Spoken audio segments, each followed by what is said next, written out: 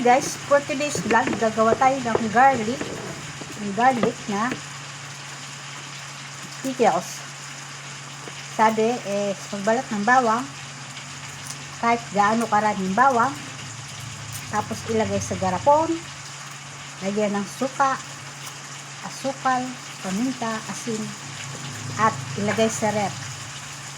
At kakain ka sa isang araw, gusto mo 3 beses, isang bottle. Nagbibisaya naman ako. Pampathaba ng buhay. Kung gusto nyo humaba ang buhay nyo at huwag kayong matigok agad, gawin ang dapat gawin para lang ay humaba ang buhay nyo. Huwag nang mag-inarte. Tiisin. Kung kayo nagpapaganda, tiis ganda, ito, tiis amoy garlic. So, yun lang guys. Follow, like, and share. Hi guys. Ito na yung ginawa ko. Garlic pickles. So, ito guys, kakain kayo. Kung gusto nyo, ihalo nyo sa mga kinakain yung ulam para magkalasa. At gusto nyo, ilagay nyo sa kanin. At huwag nyo kainin ng buo. Yung ilagay nyo sa kanin para hindi nyo malasaan. O kaya sa ulam. Yun ang guys. Ayun ang napanood ko na kumain ka ng garlic sa maghapon kahit 3 piraso. Umaga, tanghali, gabi. Kasi guys, hindi lang naman sa high blood ang gamot ito. Gamot din dito guys sa mga kolesterol. So guys, kung kayo ay nagpapaganda, pagandahin nyo naman ang daloy ng dugo nyo. Pagandahin nyo ang daloy ng mga katawan nyo. Paalis ang kolesterol nyo. At syempre, maraming benefits ang bawang. So, tiis amoy. Kasi may amoy ito.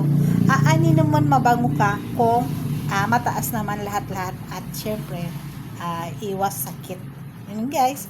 Sana may natutunan kayo guys sa aking mga sinasabi. At sana maintindihan nyo. Yan lang guys. O, binalatan ko yan guys. Yan, suka, asin, asukal. So, hindi ko na pinakita kanina, nilagyan ko kasi nakalimutan ko. So, sana nasundan nyo.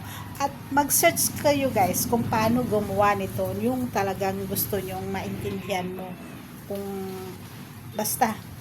So, yun lang guys. Sana may natutuhan na. Ayan yung book ko guys. So, huwag nyo pansinin yan guys. Kasi hindi malaga ang ganda. Ang intindihin nyo yung ginawa ko at saka yung daloy ng dugo nyo kung kayo pa ba ay healthy at matas at mababa ang inyong mga blood pressure at saka mga cholesterol. Yun guys, huwag puro pa-cute. Hindi mo alam, mataas na pala yung BP mo. Yan lang guys. Napanood ko lang ito, pinanood ko kasi kanina kay doktor.